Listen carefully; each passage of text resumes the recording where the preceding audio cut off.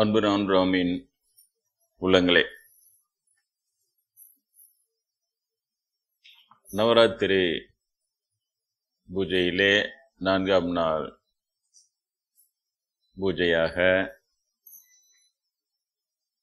அன்னை மகாலட்சுமி தேவியை பூஜை செய்வது, அவள் அருளை பெறுவதற்காக இங்கு குழுமியிருக்கிறோம்.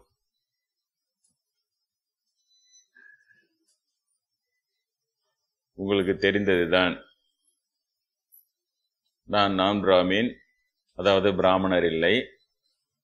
எனக்கு சமஸ்கிருதமும் தெரியாது. நீங்களும் நான் பிராமின்ஸ், நீங்களும் பிராமணர் இல்லை, உங்களுக்கு சமஸ்கிருதம்லாம் தெரியாது. ஆனால் நாம் எல்லோருமே இந்துக்கள் தான். இந்துக்கள் இல்லை என்று சொல்லிவிட முடியுமா? ஆனால் பிராமணர்கள் எப்பவுமே அவர்கள் குட்டி கலாபனம் பண்ணிக்கினே இருப்பான். ஒரு இந்துன்னா உனக்கு சமஸ்கிருதம் தரணும், அப்புறம் கொஞ்சமாக போய் பிராமணன் தான் இந்துனாக்கி, அந்த மாதிரியான ஒரு இனம் அது. அதனால இதுல என்ன டிராபேக்னா, அவனுடைய குட்டி கலாபனையெல்லாம் அவன் செயல்படுத்தின்னு வருவான், செயல்படுத்துவான், வேற ஒண்ணுமே கிடையாது. அந்த எப்படி பொய்யை சமுதாயத்தில் எப்படி அரங்கேற்றி, எப்படி அதை பொறுமையாக பயிற்சி கொடுத்து மக்களை அதை செயல்படுத்த வைப்பதில் அவன் விற்பனன். அதை தான் அவன் திறமை என்கிறான். சித்தர்கள் முனிவர்கள் பார்வையிலே அது தீத்திறமை என்று சொல்லுகிறார். தீய திறமை, வஞ்சக திறமை. வஞ்சகர் நெஞ்சை அடையானே என்கிறார் ஆஞ்சநேயர் பெருமான். அதனால அந்த வஞ்சக திறமை என்ன செய்கிறது என்றால், எல்லா சமயங்களிலுமே அழிந்துவிட்ட யூதம், சமணம், பௌத்தம், எல்லா சமயங்களிலுமே இவர்கள் வெளியிலிருந்து நுழைந்தல். இவருடையது கிடையாது, இவர்கள் துருவப்பிரதேசத்திலிருந்து வந்தவர்கள். எல்லாவற்றிலுமே நுழைந்து அவர்கள் வஞ்சக விளையாட்டை விளையாடி மக்களை திசை திருப்பி பயிற்சி கொடுத்து, அந்த தர்மம் என்று அந்த ஆதி சமயங்களுக்கு பிரிமிட்டிவ் ரிலீஜியன்ஸ் என்று பெயர். படித்த இளைஞர்களுக்கெல்லாம் அது தெரிய வேண்டும், அதனால சொல்கிறேன். பிரிமிட்டிவ் ரிலீஜியன்ஸ் என்று பெயர். அந்த ஆதி சமயங்கள்ல வெளியிலிருந்து நுழைவான். இவன் வேலையே இதே தான். நுழைந்த பிறகு அதை ஏற்றுக்கொள்வதாக சொல்லுவான். சொல்லிட்டு மெதுவாக அவனுடைய ஃபவுல் கேம் எல்லாம் அரங்கேற்றம் பண்ணி சமுதாயத்தை மெதுவா தர்மத்தை திசை திருப்பி அதர்ம பாதையிலே நடக்க வைத்து விடுவான். இவ்வளவுதான். அப்படி நடக்க வைத்தா அதுதான் இவனுக்கு லாபம். அது எந்த அளவுக்கு இழிந்து போய்விட்டார்னா, நான் சமீபத்தில் சொன்னேனே, ஒரு பிராமணன் நாடார் பையன் கிட்ட வந்தான், நீ பாவம் செய்தாண்டா பிறந்துக்கிற, நீ பாவம் தான் செய்யணும் அப்படின்னு சொல்லி அமிச்சேன். அது பரிகாரமா இவருக்கு அப்படியே காசு கொடுத்தனமா, துணிமணி எடுத்து கொடுத்த நமஸ்காரம் பண்ணி கேட்டா அந்த பாவத்தெல்லாம் இவரு வாங்கி வரான். இந்த அளவுக்கு அறிவேட்டத்தனமா ஆயிப்போச்சு அந்த பிராமண இனம்.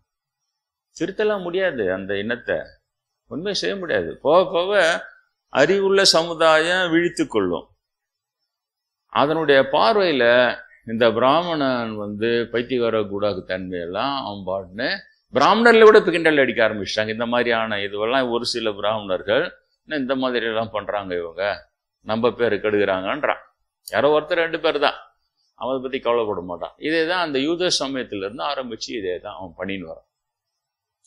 அதனுடைய விளைவு என்னன்னா, இப்போ கடவுளிடம் மோசே வரம் கேட்கிறார், 10 கட்டளை கேட்கிறார். அவரு வயசான காலத்துல அப்பா அம்மாவை கவனிக்காதவனை முச்சந்தில் வச்சு கல்லால் அடிச்சு சாவடி. கணவனுக்கு மனைவியோ, மனைவிக்கு கணவனோ துரோகம் செய்தால் முச்சந்தில் வச்சு கல்லால் அடிச்சு சாவடி. இவருடைய நண்பரே அதை செய்யறார். யாரு? மோசேவுடைய நண்பனே, படைத்தளபதியே வேறு ஒரு பெண்ணோடு தொடர்பு வச்சு சொல்லி அவனுடைய கணவனை 2 பேரும் சேர்ந்து சாவடிச்சிடுறாங்க. அது வேற ஒரு அப்பாவி மேல பழி போட்டுடுறாங்க. அதுக்கப்புறம் விசாரணை பண்ணி கண்டுபிடிச்சா இவனுடைய நண்பனே தான். இருந்தாலும் வேற வழி கிடையாது, கடவுள் சட்டம்னா சட்டம் தான் சொல்லிட்டு 2 பேரையும் முச்சந்தில் வச்சு எல்லாரும் கல் அடிங்கன்னு கல்லால் வச்சு, கழிவுறு தான் விடுறாரு, கல் வச்சு சாவடிங்க. இதுதான் கதையே, இதுதான் உண்மையே. அப்ப ஏன்னா அப்பதான் மத்தவன் தப்பு செய்ய மாட்டான், நம்மளுக்கு இந்த மாதிரி தண்டனை கிடைக்கும் அப்படின்னு சொல்லி. இப்ப பிராமணன் நுழையிறான், அது உள்ள நுழைஞ்சிட்டு உங்களுக்கு அங்கிருந்தே சொல்லணும் புரியும். அதனால தான் அடிக்கடி திரும்ப திரும்ப சொல்லிக்கினே வர. வேற யாரும் சொல்றது இல்லை, கிறிஸ்தவர்களே கூட சொல்றது இல்லை. அதனால நான் உங்களுக்கு சொல்லிக்கொண்டே வருகிறேன். ஏன்னா உங்களுக்கு கொஞ்ச நாள் கழிச்சு மறந்துடும். நம்ம மக்கள் மறதி, ஏன்னா எவ்வளோ பிரச்சனைங்கிறது, இவ்வளோ பிரச்சனை இல்லை. அதுக்கப்புறம் மறந்துட்டோம்னா பாப்பான் அவன் சொயின் அவன் அடிக்கிற பொய் புசுக்கு தான் பெருசாக தெரியும். அதனால நான் சொல்லிக்கினே என் கடமை இதை எடுக்க வேற வேலை கிடையாது, சரிதா? அதனால நான் சொல்லிக்கினே இருக்கிறேன் இதை திரும்ப திரும்ப.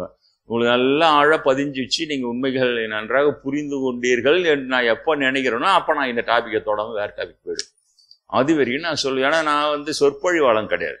சொற்பொழிவாளர்கள் ஒரு சொற்பொழிவில் சொன்னது இன்னொரு சொற்பொழிவில் சொல்ல மாட்டாங்க. ஏன்னா அப்போதான் தொடர்ந்து அவங்களுக்கு கூட்டம் வந்துக்கிட்டே இருக்கும். இல்லைன்னா இவர் போன வேண்டியது எல்லாம் சொல்லிட்டார, சொன்னது சொல்லி போடான்னு நின்றுடும். அவங்களுக்கு சுவாரஸ்யமாக சொல்லணும் அவங்க. நான் சொற்பொழிவாளன் கிடையாது, நான் வாத்தியார், ஆசிரியர்.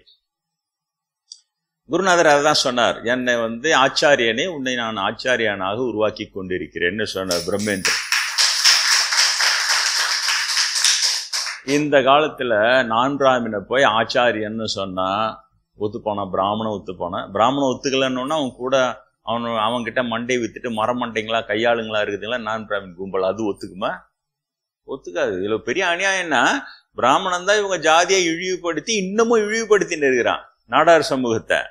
இந்த நாடார் சமூகத்தை சேர்ந்த தலைவர்கள் அந்த பாப்பானை தூக்கி ஊறதுலேயே குறியா இருக்கிறாங்க. இது என்ன சொல்றது? இவ்வளவு மோசமாயிட்டு இருக்குது. ஜனங்களுடைய இது பர்சனல் கெயினுக்காக, தனிப்பட்ட லாபத்துக்காக தன் இனத்தை ஒரு காலத்துல இழிவுபடுத்தி வச்சிருந்தா. நாடார் பெண்கள் ஜாக்கெட்டே போடக்கூடாதுன்னு வெள்ளக்காரன் காலத்துல ஜாக்கெட் போடாத நாடார் பெண்களை லைனா இன்னைக்கு வச்சு போட்டோவே கூட இருக்குது.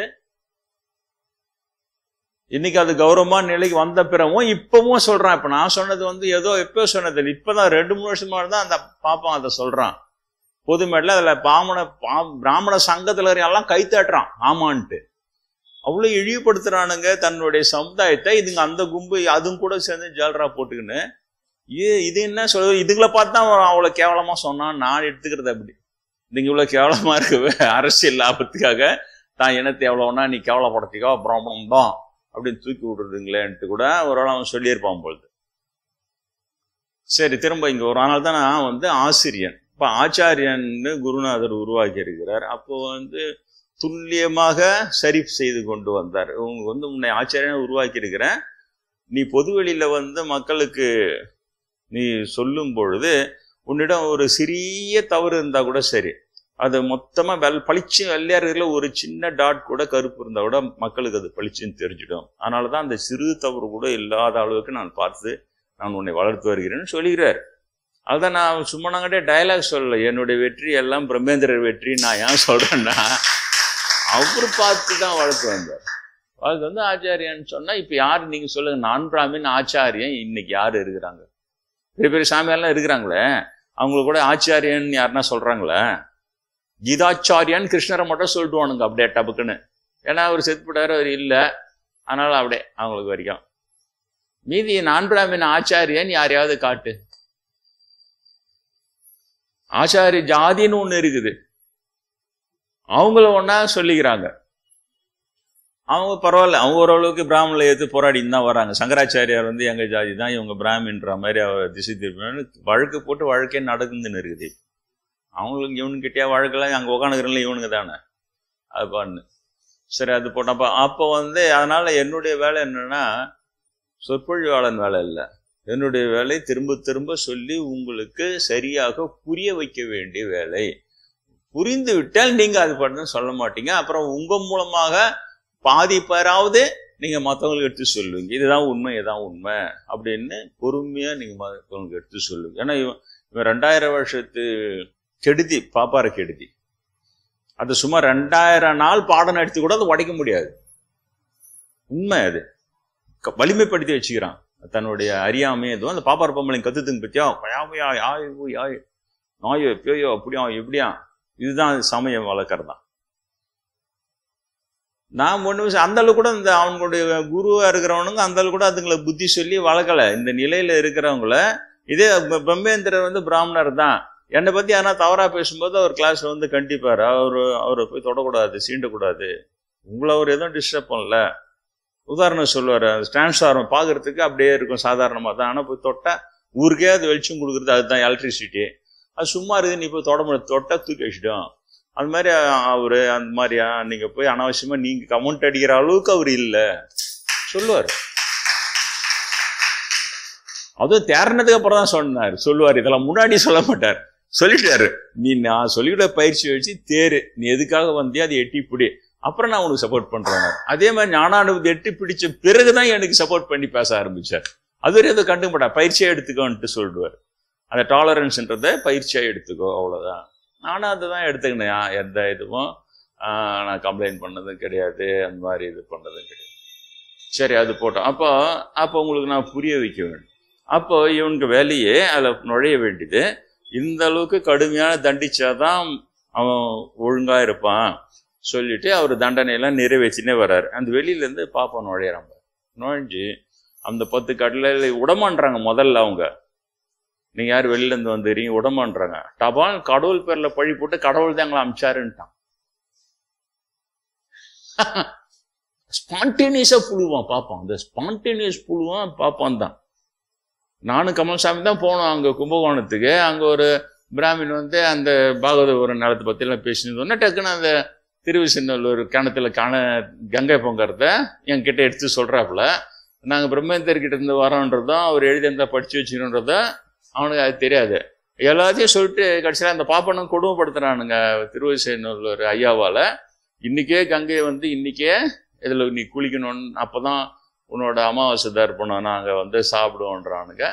அப்புறம் வந்து அவர் என்ன பசிச்சான்ட்டு ஒரு பஞ்சமனுக்கு படைக்கிறதுக்கு முன்னாலே சாப்பாடு போட்டுறாரு. அவன் பசியில் செத்துற மாதிரி இருக்கிறான்ட்டு. அதுக்கு இந்த தண்டனை.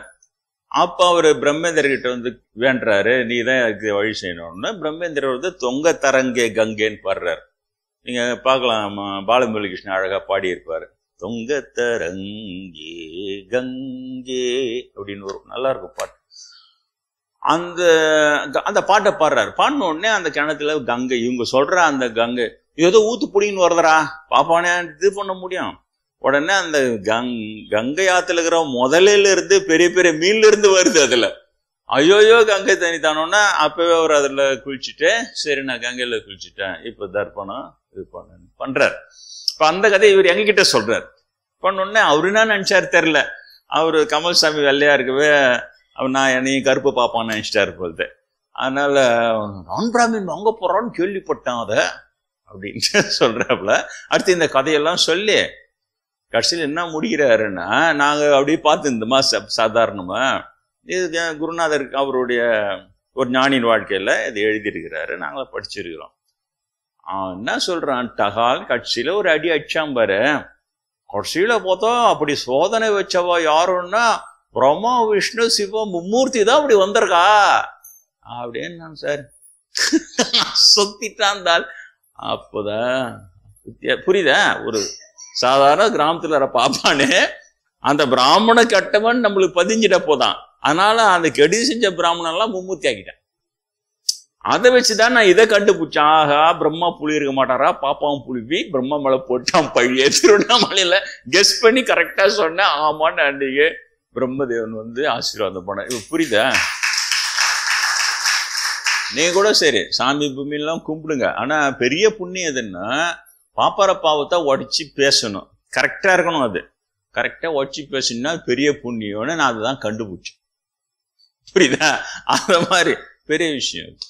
அப்போ அந்த மாதிரி அங்க போய் நுழையிறான்ல, நுழைஞ்சு கடவுள் தான் அமிச்சாருன்ட்டான் டபக்குன்னு.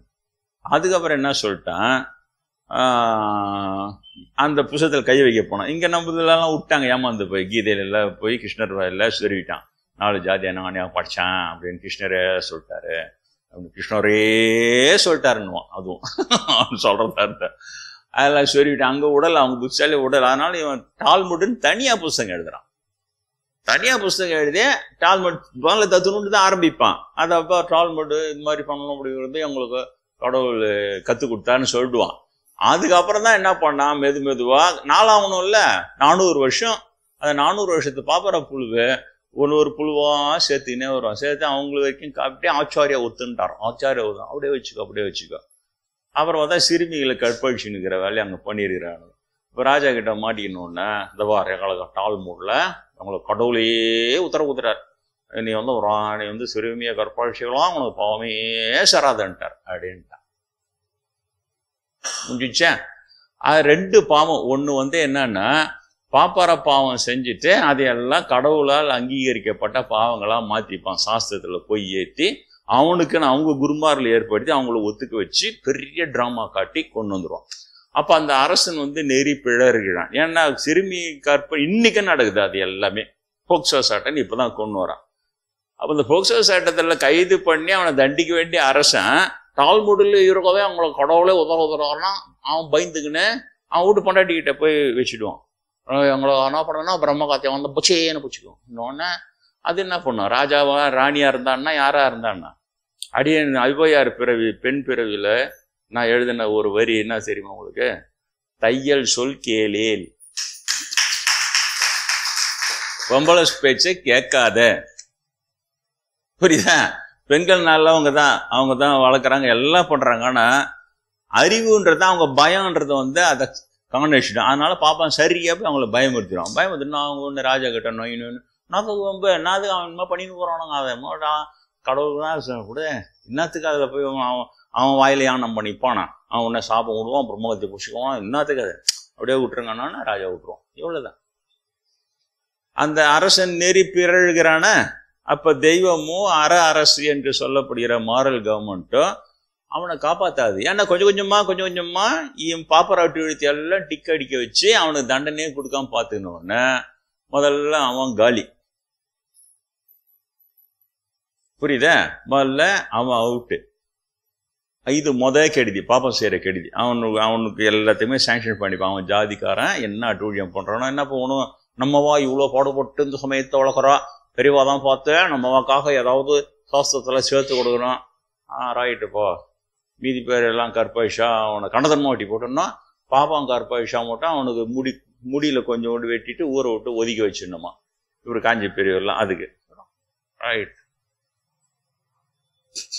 சரிதா? இருக்குது நம்ம சாஸ்திரத்துல. என்னது சொல்றது? இது ஒரு மெத்தடு.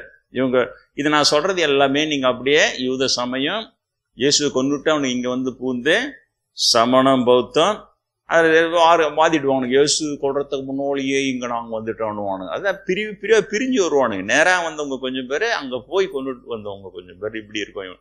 எல்லாருமே ஒன்னா கை கோத்துருவாங்க வந்து சேர்ந்தவங்க.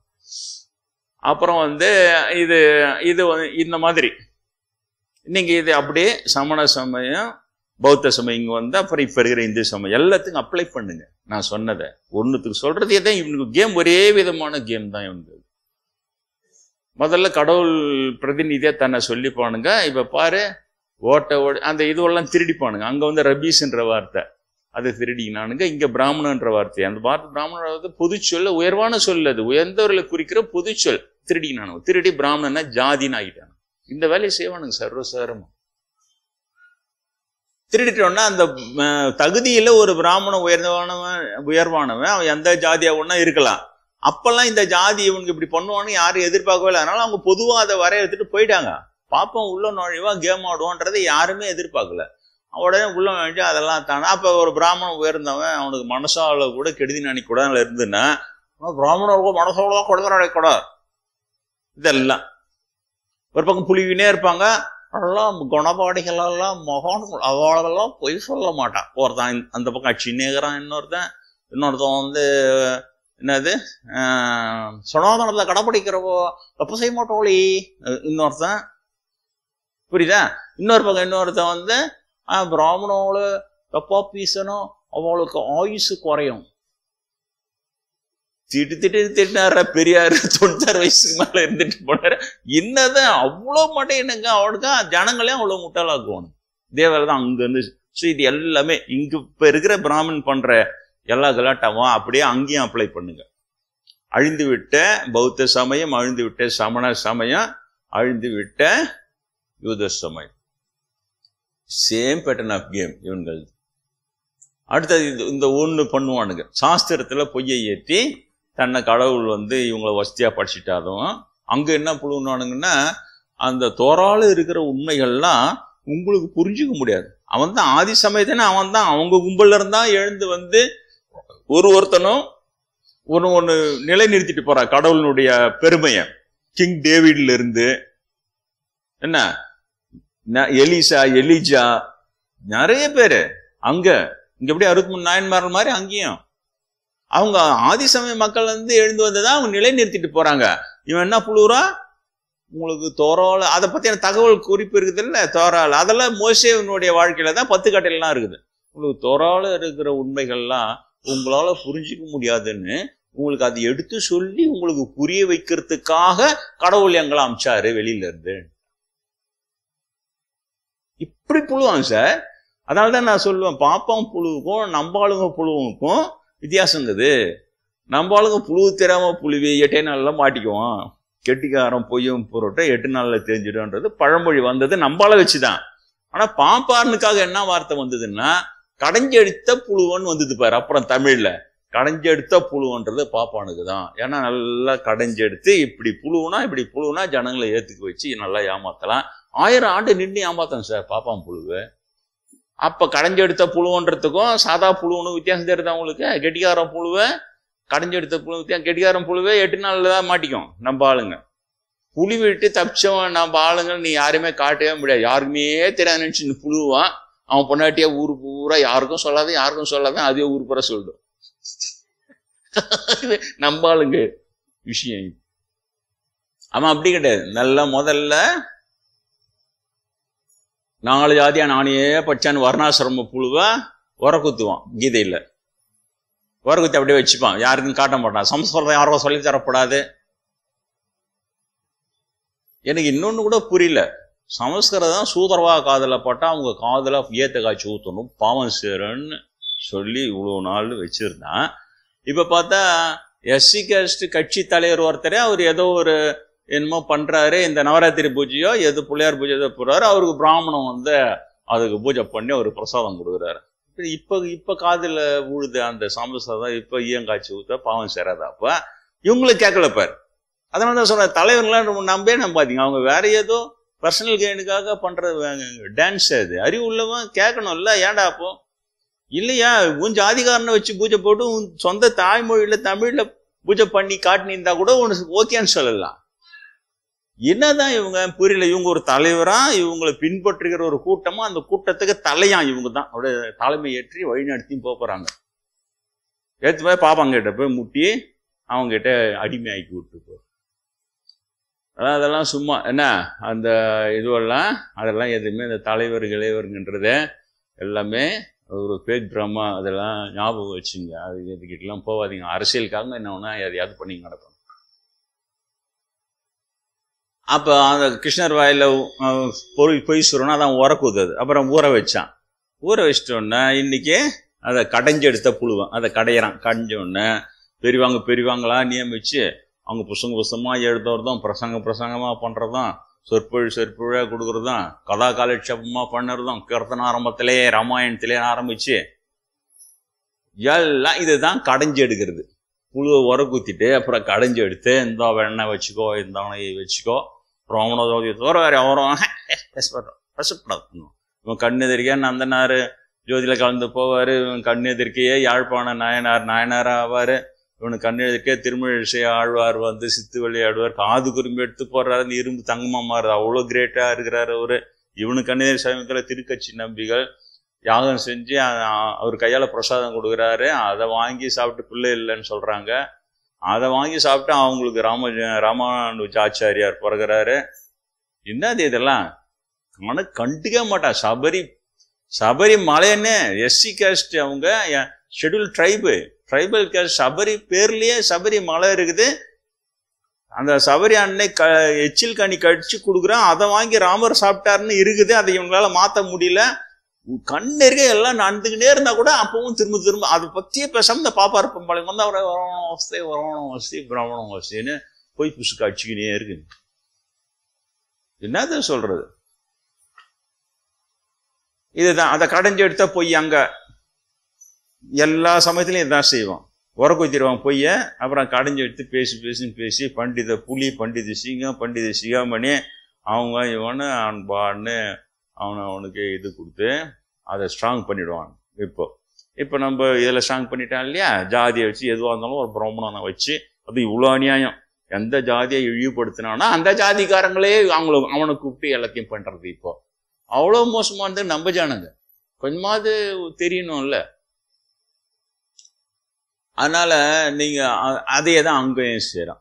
இது இந்த மாதிரி கடைஞ்செடுத்த புழுவை ஊற வச்சு இவங்க கும்பலா சேர்ந்து அதை பேசி எல்லாம் பண்ண. அதுவும் இத்தனைக்கும் வர்ணாசிரமத்துல பெண்களை இழிவுபடுத்தி வச்சுக்கிறவதே இவனுங்க தான். இந்த பாப்பார் பம்பளை இன்னொருத்தி வந்தோம் அப்படியே நாங்க எங்க ஜாதியை பாரு எங்களை பாருன்னு குதிக்குதுங்க.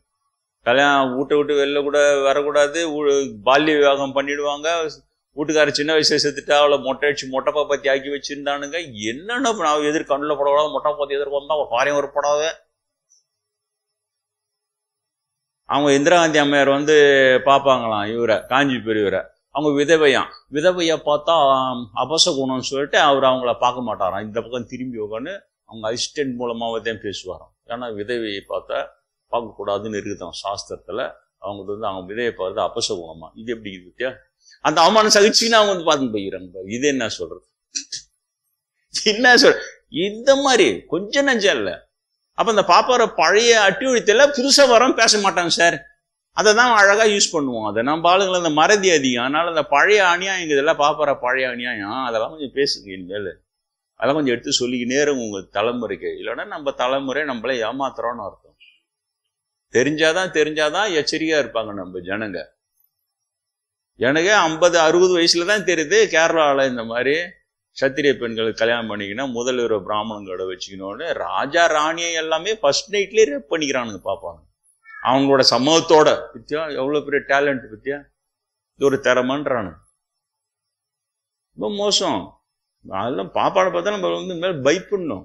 எனக்கு இப்பதான் கொஞ்சமா அதெல்லாம் வருது. இவனுக்கு நிக்கிற இடத்துல புல்லு பூண்டு முளைக்க மாடான்னு கூட எனக்கு டவுட் ஆகுது. கிராமத்துல நல்லா புரிஞ்சு வச்சுன்னா சின்ன சின்ன பழமொழியோட போயிடுது. ஊரு கடை 6 கடை நாணல், ஊரு கடை பூணூலுன்னு சொல்லிட்டு பழமொழி வச்சுக்கிறாங்க கிராமத்துல எல்லாம்.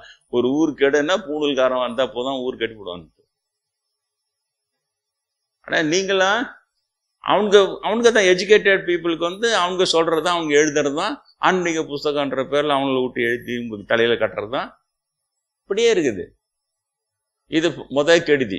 அந்த பொய் சொல்லி உள்ள நோஞ்சு அந்த இதுவெல்லாம் திருப்பறது, அந்த தர்மத்தெல்லாம் இவங்களுடைய அதர்மத்தை எல்லாம் கடவுள் ஏத்துக்கின தர்மமா மாத்தி புஸ்தகம் எழுதி அந்த அதர்மத்தை பண்றது. இது ஒரு கெடுதி.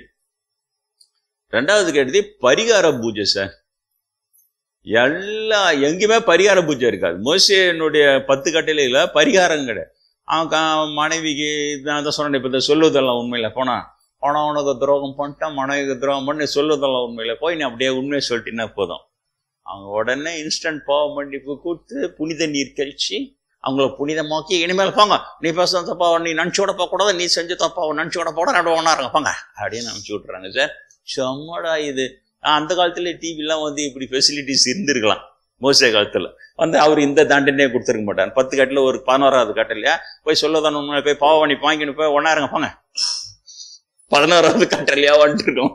பாவம் அது காணாம அவங்களுக்கு அந்த அளவுக்கு அதிர்ஷ்டம்லாம் இல்லை.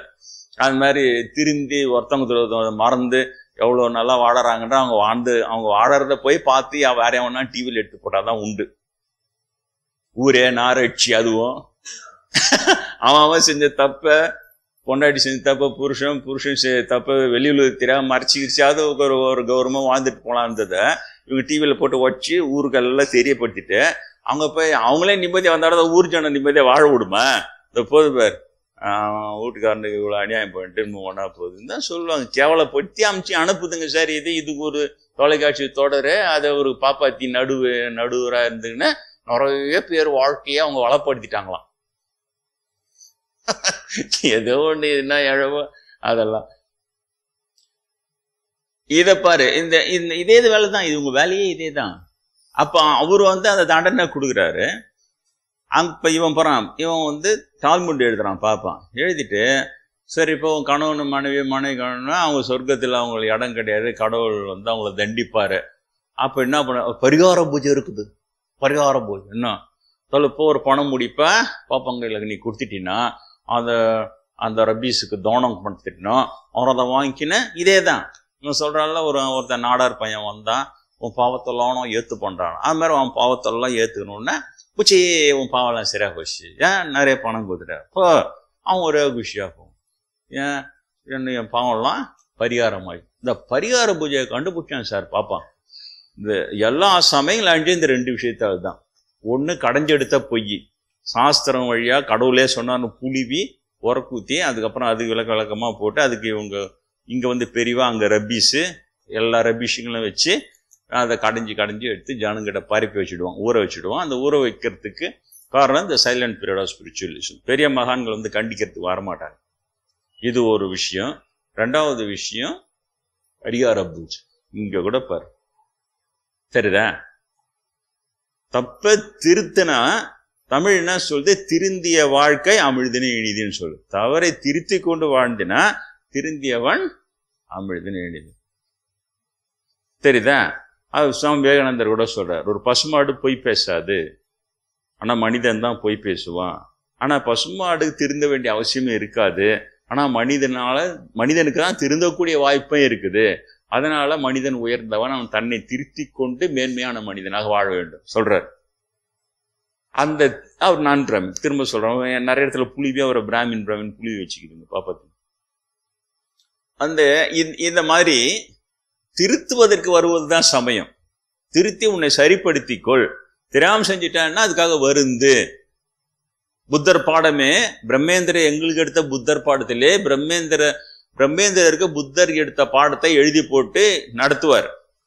அதுல ஒரு பாடம் என்ன சொல்லிச்சு தெரியுமா? சமாதானப்படுத்துறாங்கல்ல இந்த மாதிரி இது நிகழ்ச்சியில எல்லாம், வீட்டுக்காரனுக்கு துரோகம் பண்ணிட்டோம், பொண்டாட்டிக்கு துரோகம் பண்றோம்னு பரவாயில்ல இனிமேல்தான் மறந்துட்டு வாழுங்க சமாதானப்படுத்தல அந்த சொல்ற. அதே போல ஒரு ஆன்மீகவாதி யாரோ வந்து தப்பு செஞ்சுட்டோன்னே சரி பரவாயில்ல போ சமாதானம், நீ போய் இந்த பரிகாரம் பண்ணிக்கோ, இங்க போய் அங்க பரிகாரம் பண்ணிக்கோன்றல. இது ரொம்ப கெடுதின்றார் புத்தர். அவர் என்ன சொல்றாரு, ஒரு கிணறு இருந்ததுன்னா அதுல தண்ணி இருந்ததுன்னா அதுல சூரிய வெளிச்சம் நேரா படணும் அந்த தண்ணியில, அப்ப அந்த தண்ணி கெடாது. ஆனா சமாதான மரங்கள் வந்து நிழல் கொடுக்குறேன்னு அதை நிழல் கொடுத்தா தண்ணி அழுகி போய் கெட்டு போயிடும். புத்தர் சொல்றார். அதனால இந்த சமாதானம் சொல்ற ஆளுங்க இருக்கிறாங்கல்ல, அவங்க சமுதாயத்தை கெடுக்கிறாங்க. சமுதாயத்தை திருந்த விடாமல் அதை அழிவு போன சமுதாயமா மாத்துறாங்க. புத்தர் பாடமா பிரம்மேந்திரர் அவரு நேரடியா புத்தர்கிட்ட அப்ப படிச்ச பாடத்தை உங்களுக்கு இந்த காலத்தில் இருப்ப நான் எழுதி போடுறேன்னு சொல்லிட்டு அந்த முற்பிறவி நினைவோடு அதை எழுதி போட்டு எங்களுக்கு பாடம் நடத்துவார். நான்லாம் அதெல்லாம் கேட்டிருக்கிறேன் அந்த பாடல்லாம்.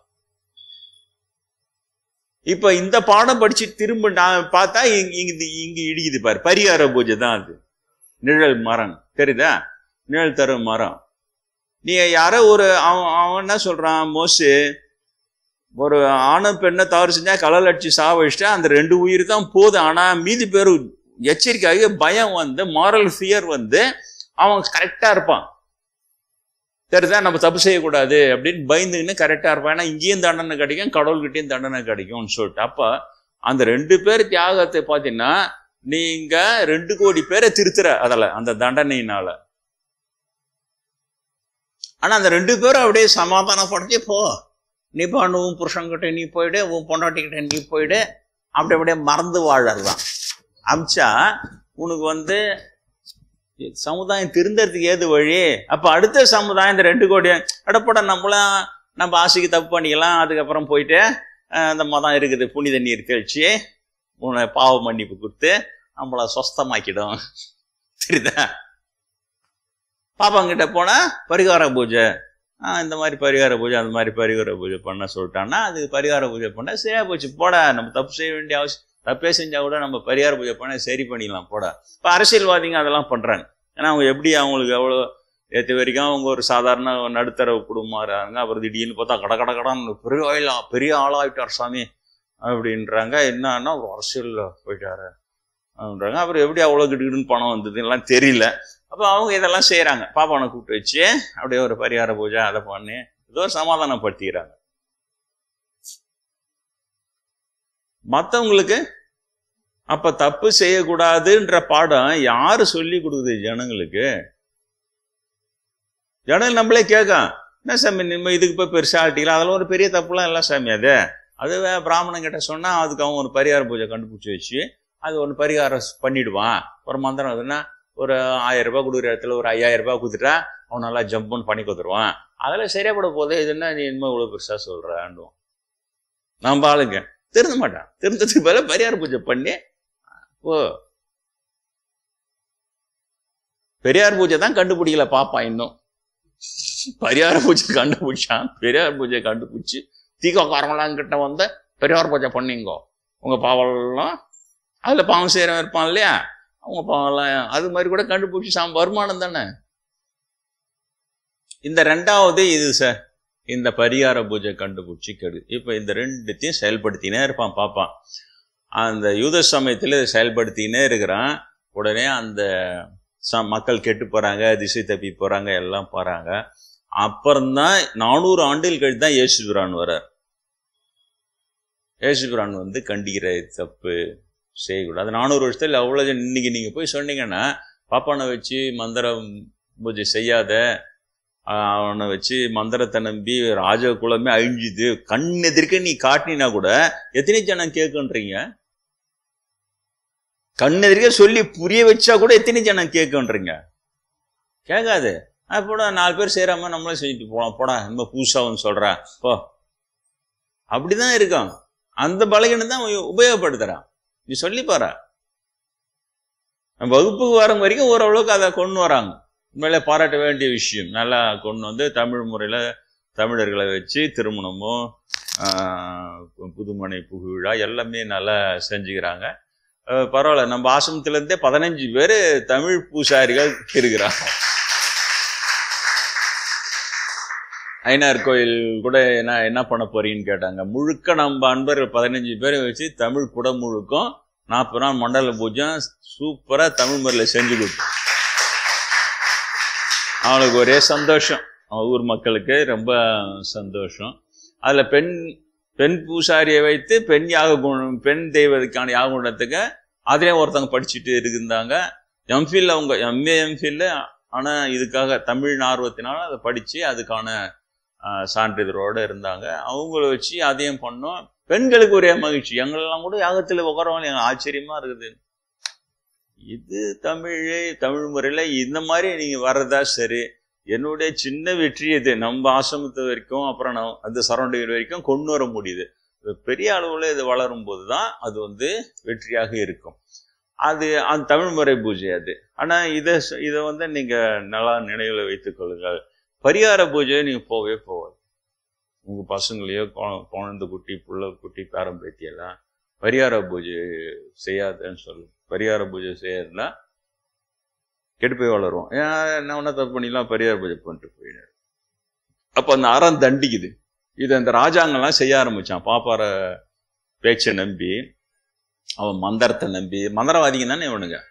ராஜாங்க போய் மதிய நம்பாத மந்திரத்தை நம்பினான் பாரு, அதுல ஒழிஞ்சானு.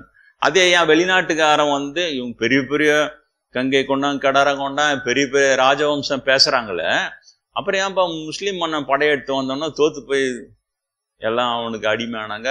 இங்கிலீஷ்காரன் படையெடுத்து வந்தா தோத்து போய் ஏன்ப்பா அடிமை ஆயிட்டாங்க. 56 தாசத்தை ராஜாக்கெல்லாம் கப்பா கட்டினானுங்களா இல்ல பிரிட்டிஷ் ராஜாங்களுக்கு? ஏன் என்னாச்சு வீரன்லாம்? அவன் அங்கிருந்து வந்தா அவங்ககிட்ட பாப்பனம் கிடையாது, மந்திரமும் கிடையாது. அவன் மதிய நம்பினா படைபாலத்தை பெருக்குனா தூரந்த சுடுற துப்பாக்கி கண்டுபிடிச்சான், பீரையும் கண்டுபிடிச்சான், வந்து டட்டு புட்டுனான். இவங்க வேலை என்ன? ஒரு போர் எடுத்து கொண்டு வா, இவனுக்குள்ளே சண்டை. அதனால இவன் அவனை ஈக்குவல் கேட்டகரியில் இருப்பான். படை எடுத்து கொண்டு வரணுன்னா ஒரு முறை தெரிஞ்ச யோகம் பண்ணிக்க ராஜா, அவ்வளோ பண்ணுவா, இவரோட மந்திரம் தான் ஜெயிக்கும். இதுல ஒரு பெரிய வேடிக்கைனா இப்போ தான் எலெக்ஷன் வரப்போகுது. இதுல ஒரு பெரிய காமெடினா உங்களுக்கு நீங்க என்ன பாருங்க. இந்த எலெக்ஷன்ல போட்டி போடுற எல்லா கட்சி தலைவர்களும் காஞ்சி மடத்துல போய் எல்லாருமே மிருத்யுஞ்சய யாகம் பண்ணிப்பாங்க அங்க எதிரியை ஜெயிக்கிறதுக்கு. இந்த மாதிரி முட்டாளுங்க இருக்குமா? எல்லாம் போய் பண்ணிப்பாங்க. அப்போ அவங்க திராவிட தலைவர்கள் அவங்கள என்ன பண்ணும், அவங்க வீட்டுக்காரமா இருக்கிறாங்க, வீட்டுல பெண்கள் இருக்கிறாங்க, அவங்க அமைச்சு அவங்க போய் பண்ணிப்பாங்க. அதெல்லாம் எவ்வளவு சௌகரியம் ஏற்படுத்தி கொடுக்குறாங்க பாரு நம்ம ஜனம். இப்போ யாரு ஜெயிச்சாலும் அவன் அங்க மிருத்யுஞ்சய யாகம் பண்ணவன் தான் இங்க ஜெயிச்சிருப்பான். தோத்தவன் கணக்குல கிடையாது. மீதி தோத்த கும்பலுக்கு இதில் அது போய் நான் மிருத்யுஞ்செய்வன் ஏன் கேட்குமா? இத கேட்கவே கேட்காது.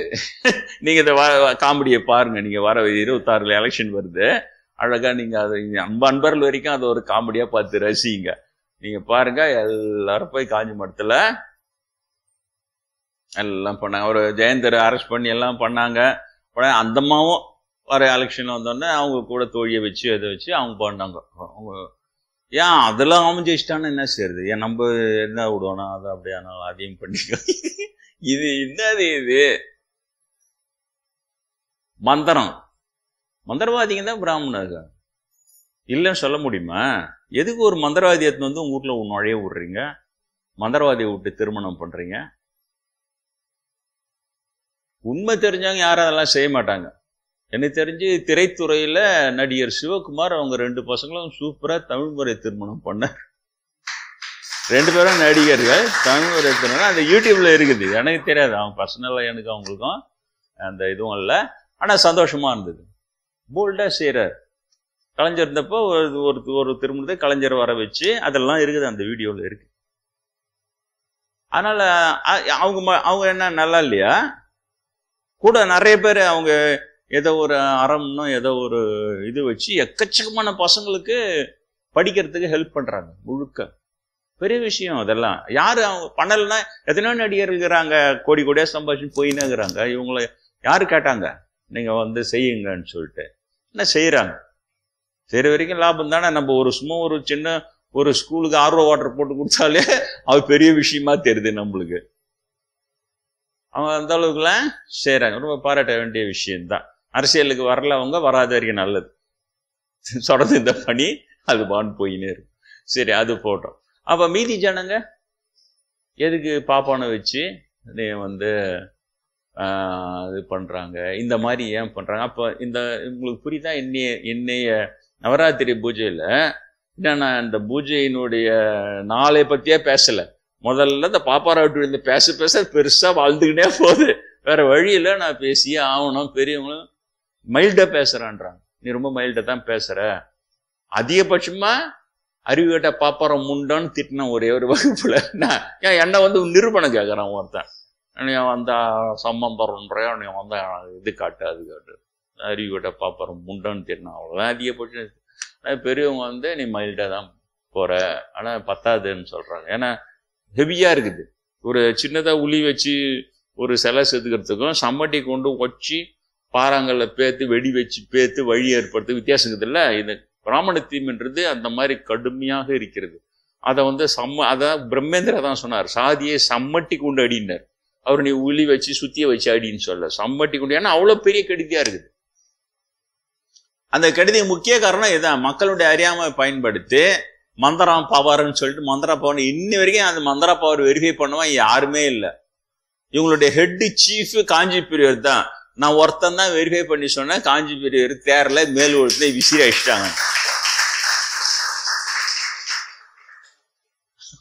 வெரிஃபை பண்ணி அது தோத்து போன ஒரு சிஸ்டம். இந்த வர்ணாசிரமோ இந்த மந்திராவோ யாகமோ சாஸ்திரமோ அது மூலமா புழுவி யானை ஏமாத்துறத அதை சீரியஸா உண்மை நம்புவோம். அப்படியே நம்பணும். எவ்வளவுதான் நம்புறது? நம்பி அங்க போன விசிறி அடிச்சுதா இல்லையா? அந்த ஒரே ஒரு வெரிஃபிகேஷன் போதும் உங்களுக்கு. ஏன் அதே பிராமண ஜாதியில பிறந்தவர் தான் பிரம்மேந்திரர். ஏன்பா இந்த பிராமண கூட்டம் வர்ணம் இல்லை, ஆசிரமம் இல்லை, தர்மம் இல்லை, ஒன்றும் இல்லை, மனிதன் அடிக்கிற கூத்து, இறைவனை உணர்வது ஒன்றே சொந்த தர்மம், அதுவே பொது தர்மம்னு சொன்னார ஒரு பிரம்மேந்திரர். ஏன் பிராமண கூட்டம் அவர் பின்னால் போய் நிக்கல? கூட இருந்தவனே அவர் அழ வச்சு அடிச்சு துன்புறுத்தி முதல்ல தொண்டு செய்யற மாதிரி வந்து அதுக்கப்புறம் அவ்வளவு துன்புறுத்தினானுங்க அவனுங்க. இன்னும் அவனுக்கு தான் உட்காந்துக்கிறானு குத்துக்கெல்லாம் அவரை மேல அமைச்சிட்டு. பெங்களூரே சொன்னாரு. அவன் வந்து இங்க வந்து பாத்துட்டு சாமி வரும்போது அவங்களாம் பார்த்துட்டு சாமி கூட எல்லாம் பிராமணம் தான் இருக்கிறானுங்க இல்ல சொல்ல. ஆனா ஒருத்த மூஞ்சி கூட யோகியமான மூஞ்சி எல்லாம் திருட்டு மூஞ்சி கட்டு போனார். பிராமணர் கொடுத்த சர்டிபிகேட் பிரம்மேந்திர கூட பிராமணனுக்கு பிராமணரான அவரு பிராமண தீட்சை சொன்னாரா? ஒருத்த மூஞ்சி யோகியத்தை நான் பார்த்தேன். ஏன்னா அவங்களாம் உலகில் இருக்கிறாங்க. அதனால அவங்க எல்லாத்தையுமே டாப் டு பாட்டம் வாட்ச் பண்ணுவாங்க. நான் வந்து அதையுமே சென்னையிலேருந்து ஒரு சாமி, சென்னையிலேருந்து ஒரு சாமிகள், அவர் இல்லற சாமிகள், அவர் சொல்ல நீங்கள் எதையுமே நீங்கள் பொருட்படுத்தல, யார் வந்தாலும் நீங்கள் பண்ண அப்படியே இருக்கிறீங்க. இப்போ நானும் அப்படி இருக்க மாட்டேன், ஏன்னா உலகில் இருக்கிறேன், யார் வந்தாலும் டாப் டு பாட் அவனை அப்படியே கணக்கு போடுவேன், இவனால அவனை கெட்டவனா அவன் அந்த அளவுக்கு நம்பலாம், அப்போதான் எங்களால் உலகில் சர்வை முடியும். ஆனால் நீங்கள் கரெக்டாக இருக்கிறீங்க, துறவி உங்களுக்கு ஒரு மேட்ரு கிடையாது அவர் சொல்லுவார்.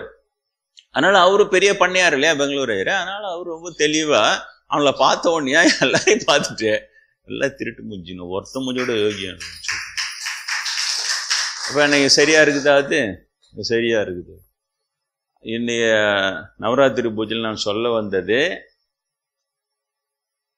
சீதா பிராட்டி கனவில் தோன்றி வானலாவ நின்று அருளிய சீதா பிராட்டி 3 அடுக்கு குடிலை பூமியில் இறக்கி வைத்த அருளிய அந்த நாள். ஏன்னா எனக்கு இந்த நாள் தான் கிடையாது, இனிமேல் எல்லா போற்றியும் ஒரு ஃபங்க்ஷனில் வரிசையாக கொண்டாடினே இருக்கலாம், எனக்கு அப்படிதான் தோணுது. ஏன்னா அந்த 4 நட்சத்திரம் எனக்கு ஞாபகம் இல்லை.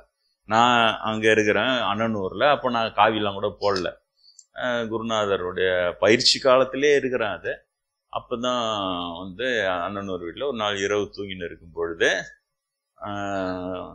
சீதா பிராட்டி ஒரு 2 விஷயம் நடந்தது. ஒரு முறை வந்து கனவுல சாய்பாபா, ஷிரடி சாய்பாபா வந்தாரு. அவரை நான் வணங்கி ஆசீர்வாதம் கேட்குறேன். அப்போ உனக்கு என்னப்பா உன் பேர்ல காலேஜெல்லாம் வரப்போகுது ஆசீர்வாதம் மாறிட்டார். சரி, பின்னால நம்மளுக்கு ஏதோ பின்னால் ரொம்ப நாள் கழிச்சு ஏதோ வரும்போது நினச்சிட்டேன். அப்புறம் நான் இங்கெல்லாம் வந்துட்டதுக்கு அப்புறம் இந்த கனவை பற்றி நம்ம அன்பர்கள்கிட்ட சொன்னேன், இப்படி சொன்னாரு ஷிரடி சாய்பாபா எனக்கு. அப்புறம் டக்குன்னு நம்ம பசங்க சொல்லுதுங்க, சாமி வந்துச்சு சாமி. என்னன்னா செயின்ட் பீட்டர் காலேஜ் நாங்கள் இருக்கிற தெருவில் தான் இருக்குது. அண்ணனூர்ல எங்க தெருவிலே தான், அண்ணனூர்ல இருந்து ஆவடி போற வழியில கேம்ப் டொனேக்கலா ரோடுன்னு பேரு, அந்த ரோட்ல எங்க தெருவுலயே வந்துட்டு எப்போ வந்துட்டு இருக்குது. நான் வந்து இந்த பிறவி வச்சு நான் அதை கால்குலேட் பண்ணேன், பசங்க கரெக்டா கண்டுபிடிச்சோம். சாமி செயின்ட் பீட்டர் காலேஜ் வந்துட்டு சாமி எப்போ, அதுதான் சொல்லிக்கிறாரு. அவர் சொல்லும் போது எனக்கு அப்போ வரல அந்த காலேஜ். அந்த மாதிரி ஒரு விஷயம், உன் பேர்ல காலேஜ் எல்லாம் வரப்போகுதுன்னாரு, கரெக்டா வரும். அடுத்தது வந்து இவங்க சீதா பிராட்டியர் வந்து நெடுன்னு உயரம், அவ்வளோ பெரிய இது. அப்போலாம் நான் இங்கே வரல, இங்கே வந்ததுக்கப்புறம் தான் ஆஞ்சநேயர் ராமநாமம் சொல்லி கொடுத்தது எல்லாம் உங்களுக்கு சொல்லிக் கொடுக்கணும்னு தொட்டு அதெல்லாம் சொல்லி கொடுத்தாரு. அது ஒரு தனி கதை. அப்புறம் வந்து அவங்க அப்பவே இவ்வளோ உயரம் தான் இருக்குது, அந்த 3 அடுக்கு மாடிக்குதுல. ஆனால் 30 அடி 35 அடி உயரம் இருக்கிறாரு. அவங்க கையில் இவ்வளோதான் உயரம் தான் இருக்குது. அப்படின்னா அவங்க எவ்வளோ பெரிய உருவம் பார், அதை அப்படியே கையில் வச்சுருக்கிறாங்க. நான் தூங்கினுக்கிறேன், எனக்கு எதுவுமே தெரியும். அவங்களுக்கு தானே எல்லாம் தெரியுது, ஃபியூச்சரில் இவன் சாமியார் ஆவான் அந்த மாதிரிலாம் அவங்களுக்கு தெரிஞ்சிருக்கு. அவங்க பண்ண அனுகிரகம் பண்ணி போயினே இருக்கிறாங்க. துர்கை அம்மா மனமற்றனில் அருனாங்களே, நான் காலையில் படிச்சுன்னு இருக்கிறேன்னே, அவங்களுக்கு தெரிஞ்சு பின்னால சாமியார் ஆவான், இவனுக்கு இந்த நிலையை இப்போ கொடுக்கணும் சொல்லிட்டு அவங்க அருள் சரி. அதே மாதிரி சீதா பிராட்டி அவ்வளோ பெரிய இதுவை வானத்துலேருந்து அப்படியே இறங்கி வந்து கனவுல பூமியில இறக்கி வைக்கிறாங்க. உனக்காக இதை அருளுகிறேன், அவ்வளவுதான் சொன்னாங்க, உனக்காக இதை அருளுகிறேன்னு சொல்லிட்டு 3 அடுக்கு குடியில அப்படியே ஆஸ்பத்திரி மாறிட்டாங்க. அர்த்தமே புரியல, இது நமக்காக இதை அருளுகிறேன். அப்புறம் இங்க வந்து இவ்வளவு நாள் கழிச்சு அப்புறம் இங்க இது கட்டடமா போய் இப்ப பார்த்தா 3வது மாடி போகுது. ஆஹா, 3 அடுக்கு குடியிலே பூமியில் இறக்கி வைத்த அருளியவளையே போற்றி. இது ஒரு மாடி. இப்போ நான் இருக்கிறது 2nd ஃப்ளோரு. இப்போ மேலே வேற கட்டின்னு இருக்கிறாங்க. பெரியவங்க அங்கே வந்து போயிடு அங்கே வந்துரு தான் சொல்லியிருக்கிறாங்க. இப்போ இருக்கிற இடமே சௌகரியமாக தான் இருக்குது, எந்த இதுவுமே இல்லை. இருந்தாலும் அவங்க பெரியவங்க சொன்னாங்கிறதுக்காக தான் அதை கட்டுறோம்.